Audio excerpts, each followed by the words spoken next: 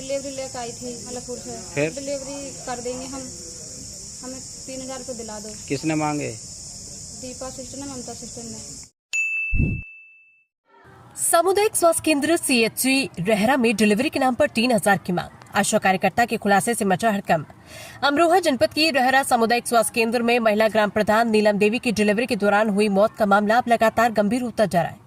जहां पहले परिजनों ने डॉक्टर और कर्मचारियों पर लापरवाही का आरोप लगाया था, वहीं अब गांव मलकपुर की आशा कार्यकर्ता मालवती ने ऐसे दावे किए कि जिन्होंने पूरे स्वास्थ्य विभाग को कटघरे में खड़ा कर दिया। आशा कार्यकर्ता का आरोप है कि डिलीवरी कराने से पहले अस्पताल स्टाफ द्वारा 3000 रुपए एडवांस मांगे गए थे। इतना ही नहीं, उसने कुछ कर्मचारियों के नाम भी लिए। आखिर सरकारी अस्पताल में प्रसव के लिए पैसे क्यों मांगे गए और क्या महिला ग्राम प्रधान की मौत के पीछे लापरवाही की कोई बड़ी कहानी छिपी है? देखिए हमारी इस खास रिपोर्ट में। मामला हसनपुर तहसील क्षेत्र के थाना आदमपुर अंतर्गत ग्राम मलकपुर का है। यहाँ की वर्तमान ग्राम प्रधान नीलम देवी को प्रसव पीड़ा होने पर उनके पति मनोज कुमार द्वारा सोमवार सुबह सामुदायिक स्वास्थ्य केंद्र रहरा में भर्ती कराया गया था। परिजनों के अनुसार महिला की डिलीवरी के दौरान मौत हो गई, जिसके बाद अस्पताल परिसर में जमकर हंगामा हुआ। मृतका के पति मनोज कुमार का आरोप है कि उनकी पत्नी का उपचार सही ढंग से नहीं किया गया। उनका कहना है कि इलाज के दौरान कुछ ऐसे इंजेक्शन लगाए गए जिसके बाद उनकी पत्नी की हालत लगातार बिगड़ती चली गई और डिलीवरी के दौरान उनकी मौत हो गई। हालांकि इस आरोप की अभी किसी आधिकारिक जांच में पुष्टि नहीं हुई। अब इस पूरे मामले में नया मोड़ तब आया जब ग्राम मलकपुर की आशा कार्यकर्ता मालवती सामने आई। आशा कार्यकर्ता का दावा है कि स्वयं गर्भवती महिला को लेकर अस्पताल पहुंची थी। उनके अनुसार डिलीवरी कराने से पहले अस्पताल में 3000 रुपए एडवांस जमा कराने की मांग की गई थी। आशा कार्यकर्ता मालवती ने आरोप लगाया कि अस्पताल की दीपा सिस्टर, ममता सिस्टर तथा एक सफाई कर्मचारी द्वारा कथित रूप से पैसे मांगे गए थे। मालवती का कहना है कि परिजनों ने तत्काल पैसे न होने की बात कही और कुछ समय बाद भुगतान करने का आश्वासन दिया, जिसके बाद उपचार शुरू किया गया। यदि यह आरोप सही पाए जाते हैं तो सरकारी स्वास्थ्य सेवाओं की पारदर्शिता और कार्यप्रणाली पर गंभीर सवाल खड़े करता है। सबसे बड़ा सवाल, जब सरकार द्वारा प्रसव सेवाएं और जननी सुरक्षा योजना जैसी सुविधाएं निःशुल्क उपलब्ध कराई जाती हैं, तब डिलीवरी के लिए एडवांस राशि मांगने की जरूरत क्यों पड़ी? क्या यही किसी कर्मचारी की व्यक्तिगत हरकत थी या फिर अस्पताल में लंबे समय से ऐसा कोई अवैध सिस्टम चल रहा था? ये जांच का विषय बन गया है। महिला ग्राम प्रधान की मौत, इलाज में लापरवाही के आरोप और अब डिलीवरी के नाम पर पैसे मांगने के दावों ने पूरे मामले को बेहद संवेदनशील बना दिया। क्या वास्तव में सरकारी अस्पताल में प्रसव के लिए रुपए मांगे गए थे? क्या इलाज में कोई लापरवाही हुई?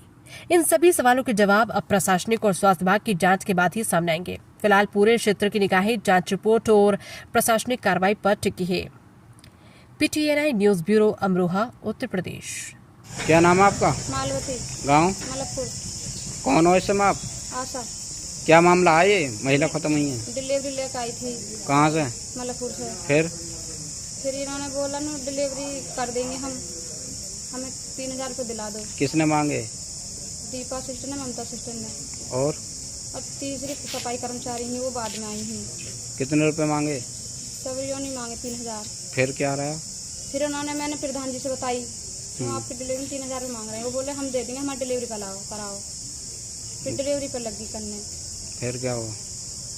फिर डिलीवरी करती रही, डिलीवरी हुई ना, वो ना इन्होंने बताया कि तुम बाहर ले जाओ कहीं पे, और अपने बाहर भर्ती करा देते, ना जाने बची जाती। मौत हो गई उनकी? फिर उनकी मौत हो गई। सीएचसी रहरा का निरीक्षण किया है, क्या इसमें खामियां पाई गई? क्या आपने दिशा निर्देश दिए? हमने जो है आज चिकित्सा है, ये आपकी सीएचसी जो रहरा है, इसका जो निरीक्षण किया, उसमें कुछ तो जो कर्मचारी हैं समय पर नहीं आ पा रहे हैं, ठीक है। और दूसरे जो कल मामला हुआ है, गर्भवती महिला जो है उपचार के दौरान जो है जिसकी मौत हो गई, बच्ची की मौत हो गई, तो उसी के संबंध में जांच के लिए आए।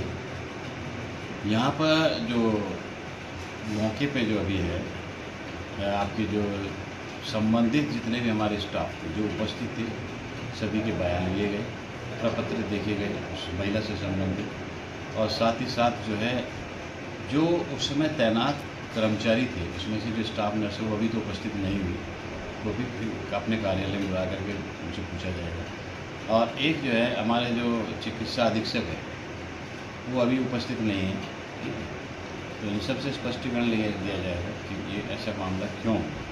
सर क्षेत्र में ज़्यादा झोला छापों का प्रभाव रहता है, इस तरह कोई आए दिन एक मौत होती रहे, मामला जो डिलीवरी के दौरान मृत्यु हो जाती है, इसके बारे में क्या कहेंगे? बिल्कुल बिल्कुल। देखिए ऐसा होना, हम लोग जो हैं यहाँ पे भी अपनी सभाएँ होती हैं, तो हम एक जनमंच से भी समाज को वो देते हैं, एक तरह का लोगों को जागरूकता ज्ञान में जानकारी कि आप जो है अपना इलाज जो भी सुविधा है वो सरकारी अस्पताल में प्रशिक्षित डॉक्टर या स्टाफ से ही दें, ठीक है।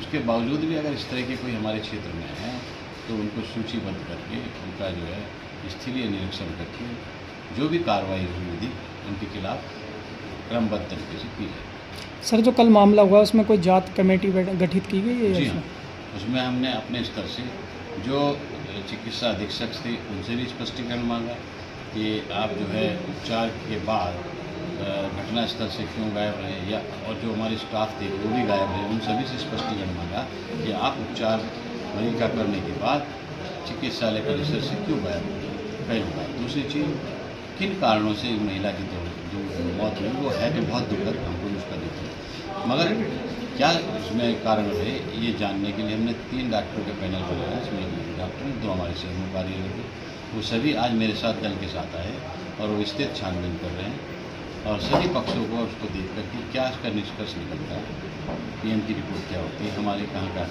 जो भी है वो देख करके फिर निर्णय लेंगे।